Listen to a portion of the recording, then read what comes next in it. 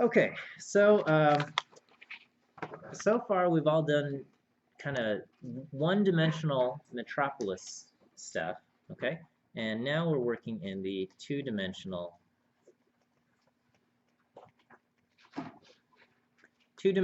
which can then be generalized to a multi-dimensional Metropolis Hastings algorithm. And the Metropolis algorithm is just a special case of the Metropolis Hastings algorithm and what makes it special.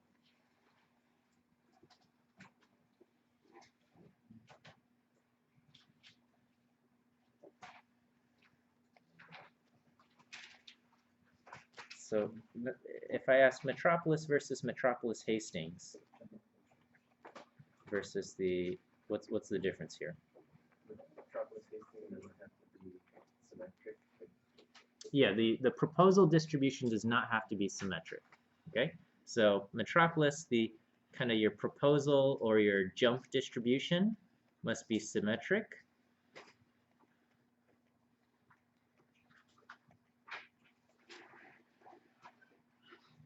Meaning that if you are at location A, the probability of proposing location B from location A is equal to the probability of proposing location A from location B. Okay? Whereas the Metropolis Hastings, the jump distribution is not symmetric.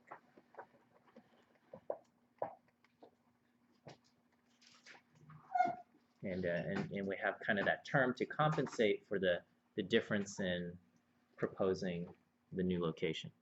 All right, so anyway, now we've got a two-dimensional Metropolis Hastings algorithm, and the example that we're using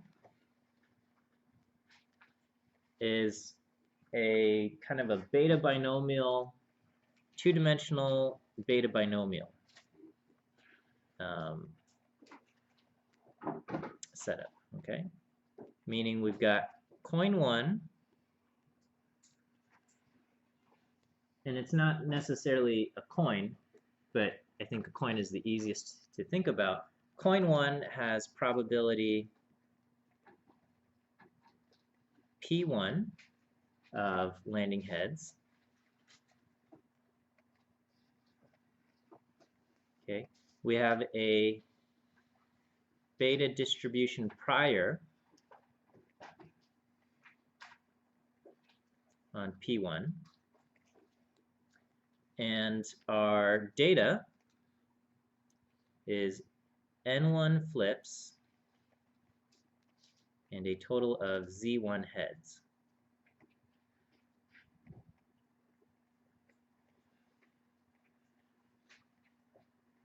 Okay, and again, it doesn't have to be some coin. It could be, you know, we are looking at a group of a certain demographic, and what is the probability that, you know, a randomly selected person from this demographic, you know, has a certain trait, okay?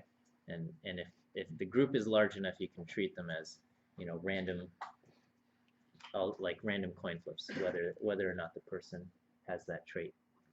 Okay, so we have coin 1, and then we also have coin 2. Okay, has, you know, probability P2, and we have a beta distribution prior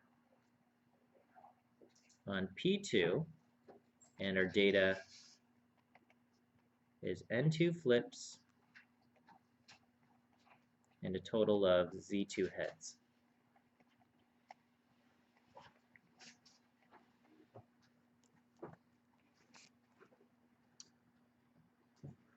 Okay, and if we treat these two things as independent, then the prior distributions will just be products of each other, and then the likelihoods will also just be products of each other. And then the posterior is proportional to the likelihood times the prior, okay? And we don't have to worry about the marginal distribution, which acts as a normalizing constant. All right. Is that okay? All right, so we've got this, And then our, so, you know, just for coin 1, the likelihood of the data is P1 raised to the Z1 times 1 minus P1 raised to the N1 minus Z1, yeah? Okay, and then for coin 2, the likelihood is P2 times Z2, 1 minus P2 times N2 minus Z2. And then that's the joint likelihood.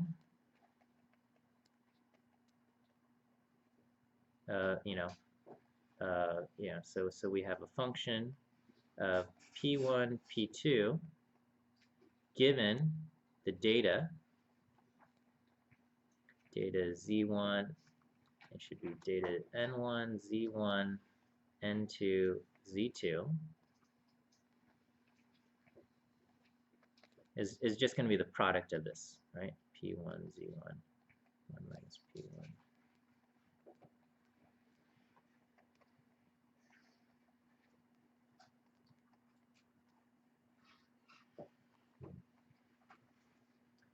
So that's our likelihood. The prior distributions for coin 1, or I should say for P1, is the beta distribution with shaped parameters, we'll say A1 and B1, right? So the beta distribution has two shaped parameters. So, you know, if A1 and B1 are both 1, then it's flat. If A1 and B1 are both 5, then you've got this hill centered at 0.5. And if it's like A1 is 50 and B1 is 50, then you got a hill that's very pointy or more pointy at 0.5 and whatnot, right? So this is the prior for P1, and then the prior for P2 is also going to be a beta distribution at with shaped parameters A2 and B2. And I could look up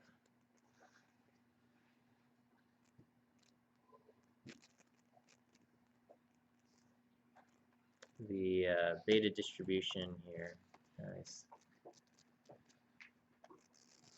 The PDF for the beta distribution looks like this. It's x to the a minus 1 times 1 minus x to the b minus 1, and then this is just a normalizing constant right here. Okay, so we don't have to worry about it. You know, all of these things with normalizing constants, we just say, I'm not going to worry about it. Okay, so basically I've got kind of x to the a1 minus 1 times 1 minus x to the b1 minus 1. And then, you know, I just multiply that by the other PDF, which is going to be x to the a2 minus 1 times 1 minus x to the b2 minus 1.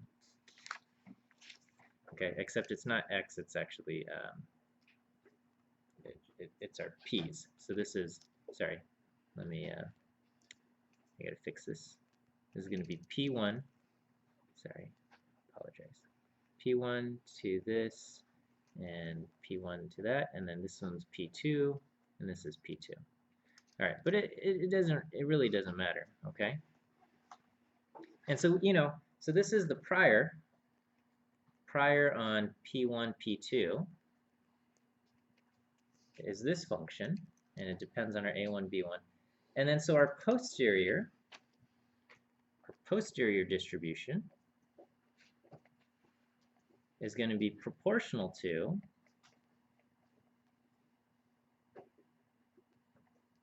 basically the likelihood, this part, the likelihood on P1 and P2 times the prior on P1 and P2.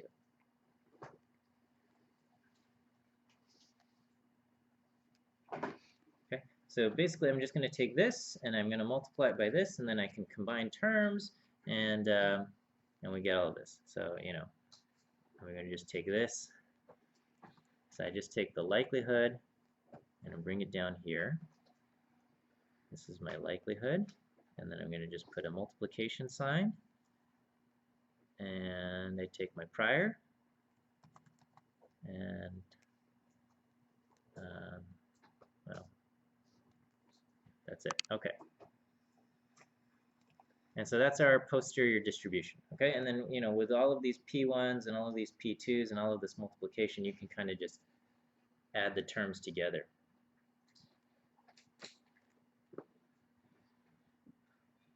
Is that okay? And okay, and so when you do all of this, you get this is kind of what our posterior distribution looks like. And now we want to be able to know what this shape looks like. Okay, and so here I'll copy this. Okay, and in this case, because we've got conjugate priors, we can multiply all of this together, and we get a nice, pretty little thing.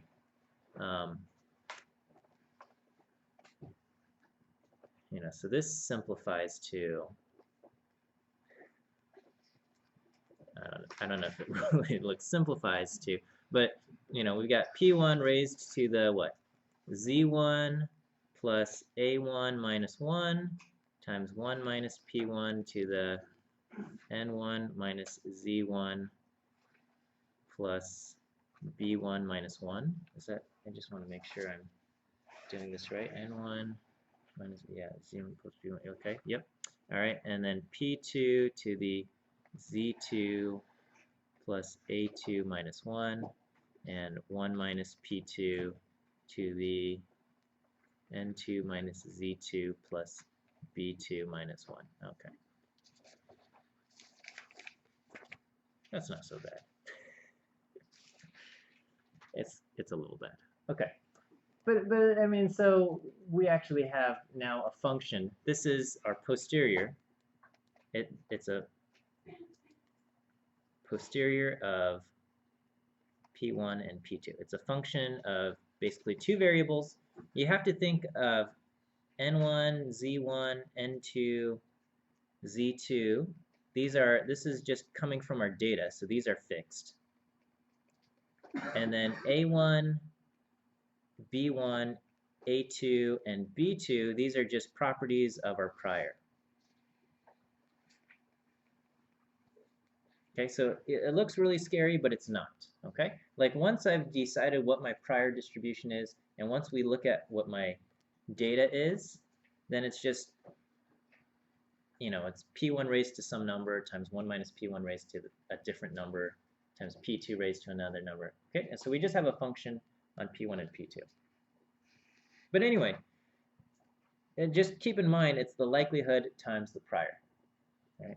So I was going to just show kind of what this looks like in R. Oh, maybe this is what crashed my computer. Probably need to get more memory. I discovered this package called OurGL. I don't know if you guys have seen it, but it makes little pretty 3D plots that you can, I think it uses OpenGL. Okay, so anyway, here we're going to pretend this is my data, okay? So maybe I'll just write this. This is my pretend data. So this says I flipped the coin, maybe I'll rearrange this. I flipped the coin 8 times and it landed heads 6 times, and the second coin I flipped 7 times and it landed heads twice. Okay, so this is what my pretend data looks like.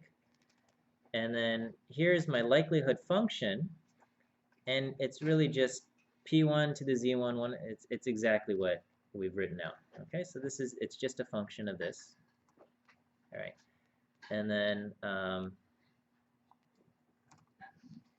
and here I want to create a plot, so I'm going to create a sequence from 0 to 1 by 0.001. I'm just for this case, I'm using shape parameters A1 and B1 are equal to 2, A2 and B2 are equal to 2. And so my prior distribution for the first coin is d beta. It's just that, okay? And then the prior distribution for the second coin is just the beta distribution.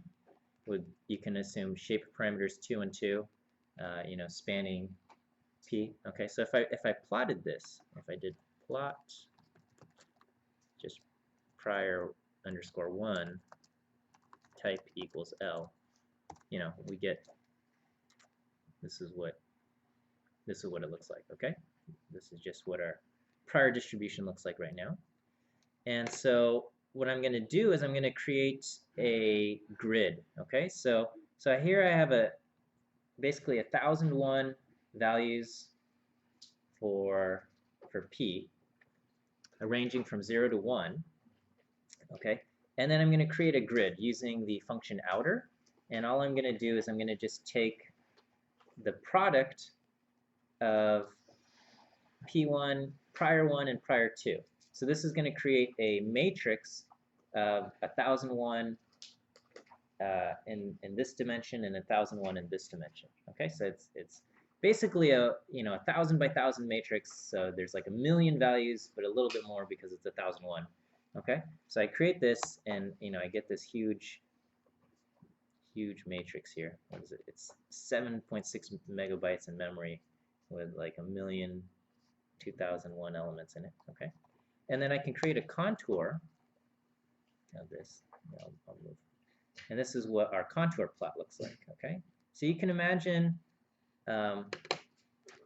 when we just had the plot of 1, it looked like this, but now that I've got it in 2 dimensions, it looks like this. Okay, and this is where the package OurGL does this thing, and I think it worked here. All right, look at this, and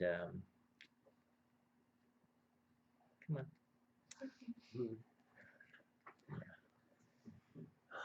Okay. Okay. Is it working? Okay. All right. So that's kind of neat, right? I was really excited, but I think this might be the reason why my computer. Well, we'll see if it crashes now. Okay. So the contour plot's like a topographic map? Yeah, the contour it's exactly, that's what it is. It's just a CAT scan, just slicing it. Or like if the sea levels are rising and you draw rings around the hill, that's what it's supposed to look like. Okay, I mean that's the definition of a contour plot actually. It's like if the sea levels rise. Okay, so this is what we have. All right, and then I can do the same thing with the likelihood function. Okay, and so with the prior, I calculated all of my prior probabilities and I multiplied them together. Here I can do the likelihood, and I use the outer function, and I just say outer and the function I'm using is the likelihood. And so basically what this is going to do is it says, okay, well P1, P ranges from 0 to 1, and so in the first upper left corner it's going to put in 0 and 0, and then in the next spot it's going to put in 0 and 0.001, and then it'll go 0.002, and then in the next row it'll start at 0.001 comma 0, and then 0.001 comma 0.001, and then 0.001 comma 0.002, and it fills out our million element matrix. Okay, and so here's my likelihood grid, and again my data for the likelihood is I flipped it 8 times and it landed heads 6 times, and then coin 2 I flipped 7 times and it landed heads twice.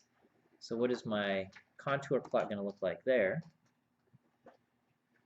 It looks like this, meaning coin 1 we are thinking because I flipped it 8 times and it landed heads 6 times, it's favored more towards landing heads more often. And then for coin 2, it's favored more towards landing heads less often. So we're ending up in this corner down here. And then likewise, I can create my perspective plot, and it looks kind of like this, okay? So this is my likelihood. So here is the contour plot for the likelihood. Here is the contour plot of the prior. And so the posterior is just a multiplication of these two things, okay? So my posterior is I've got a million matrix, 1,000 by 1,000 prior matrix, and 1,000 by 1,000 likelihood matrix. And here I'm going to just go element by element, multiplying, top left corner, across, kind of like this. And so I'm going to also get 1,000 by 1,000, 1,001 by 1,001 posterior matrix, okay?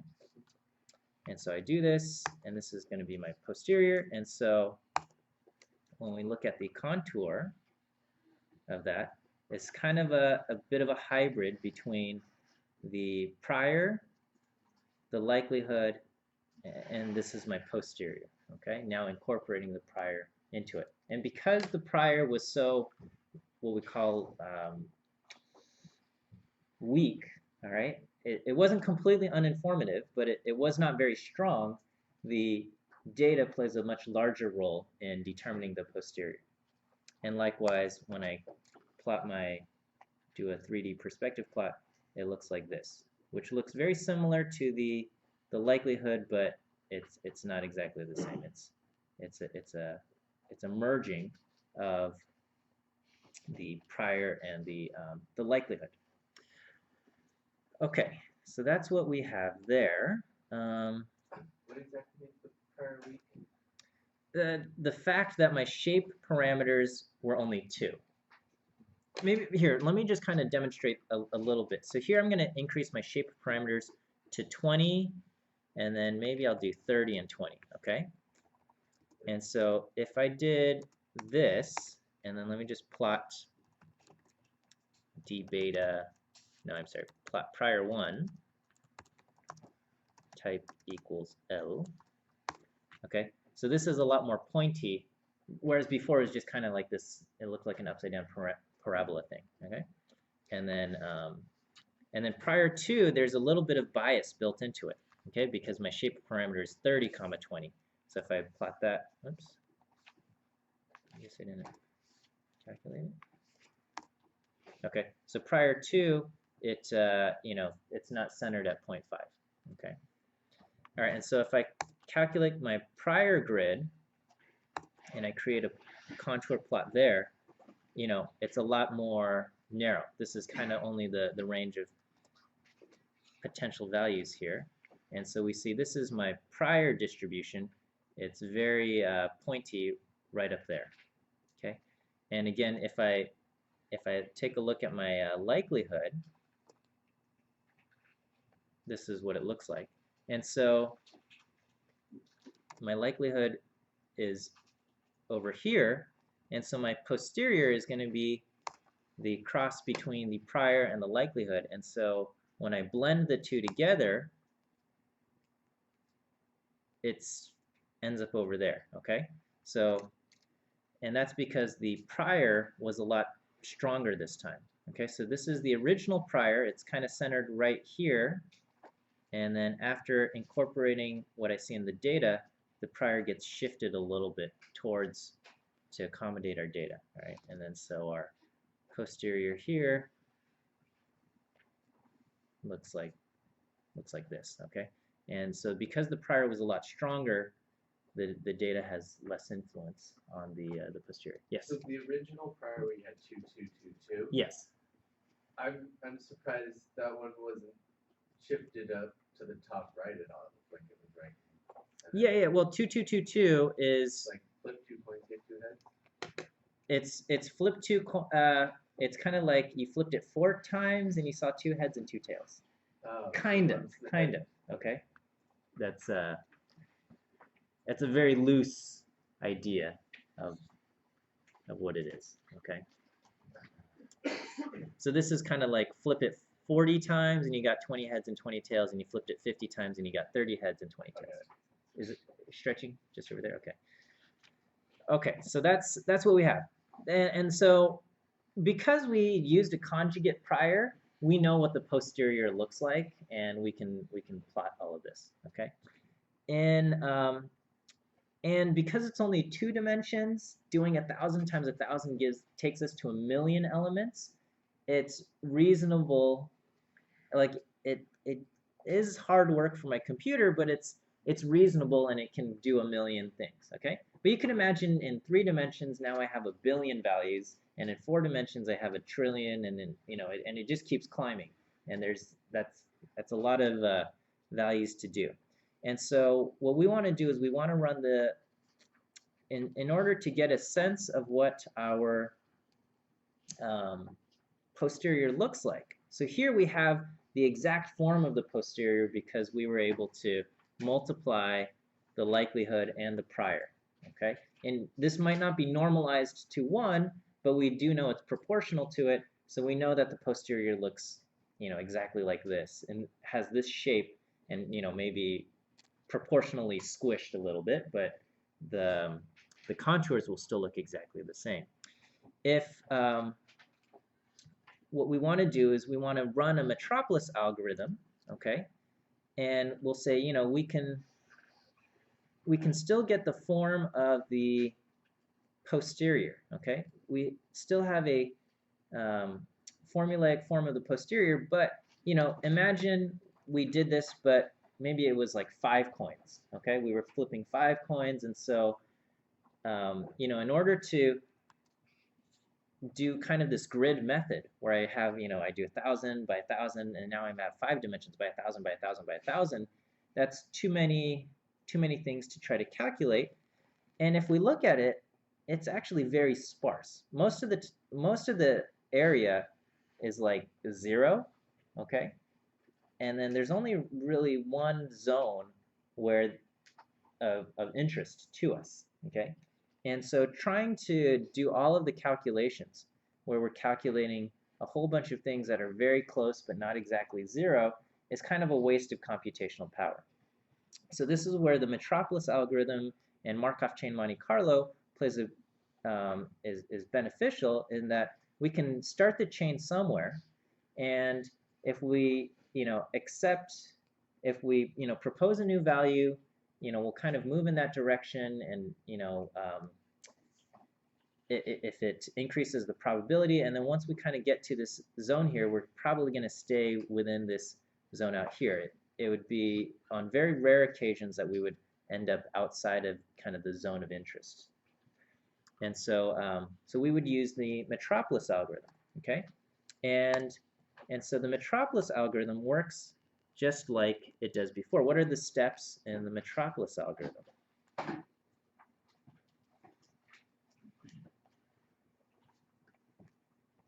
So now we have 2 dimensions. So we have some starting values, right? We'll say starting values. We'll say P1 at time t and P2 at time t. Okay, so we've got some starting values, P1 and P2 at time t. And then what's kind of the first step in the Metropolis algorithm?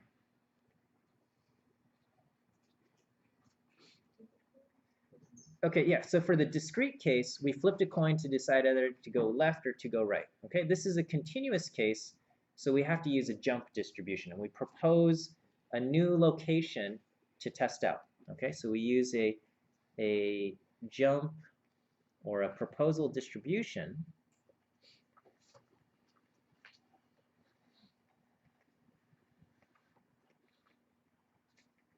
to propose a new location. All right. This time, our new location is in 2 dimensions. Okay, so we propose, we will propose a two-dimensional location.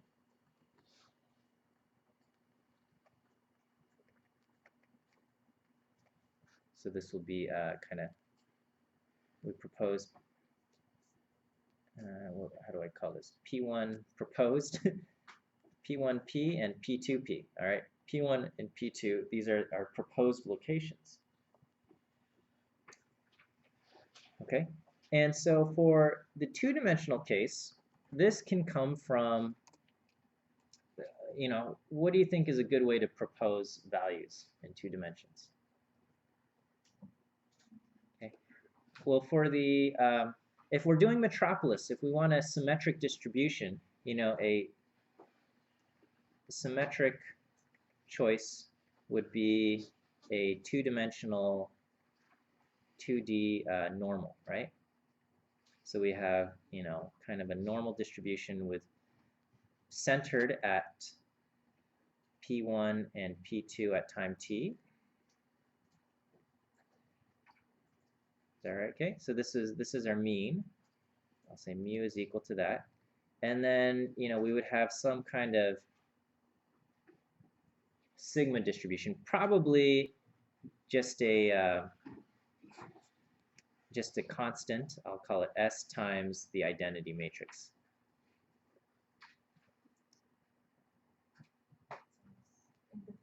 So they're independent. I mean, if you wanted to have a non-independent sigma for your proposal distribution, that's allowed, okay? But in this case, because we're assuming P1 and P2 are independent, it makes sense to propose independent values, okay? So we've got this thing. So we propose P1 and P2, so P1 and P2 will probably come from a symmetric choice here. And then what do we do now? Now that we have proposed values P1P and P2P, what's the next thing we do? We have to calculate P move, right? Okay, and P move is equal to the minimum between 1 and, yeah, so here it's going to be, in our case, it's the posterior, but it's basically just the probability posterior of the proposed values, P1P and P2P, versus the posterior distribution of our current values, P1 at time t and P2 at time t.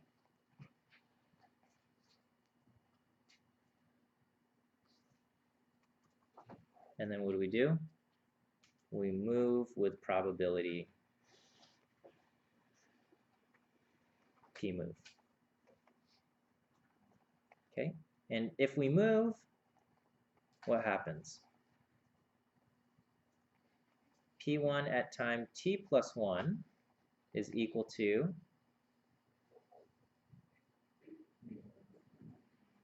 P1P. The proposed value becomes P1 at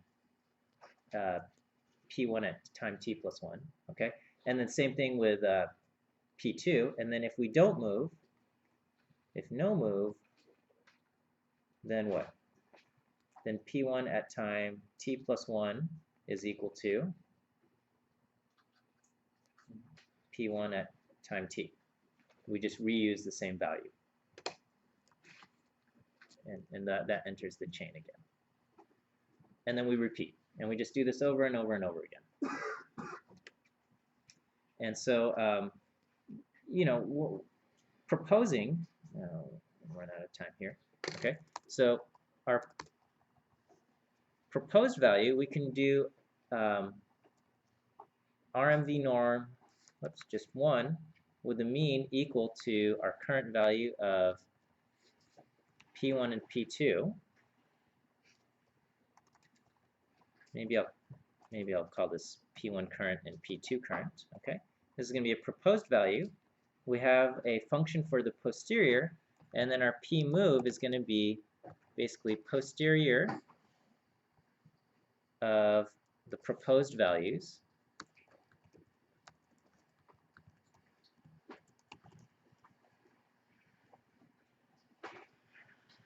divided by the posterior distribution of our current values, which is P1 current and P2 current. And then what do? We flip a coin. We do R unif 1, and then if U1 is less than P move, then we move, and otherwise we don't. Okay, and we would run the algorithm that way. I think we're going to run out of time here, but that's the idea in 2 dimensions. Okay, so I'll finish up this code and I'll post it online.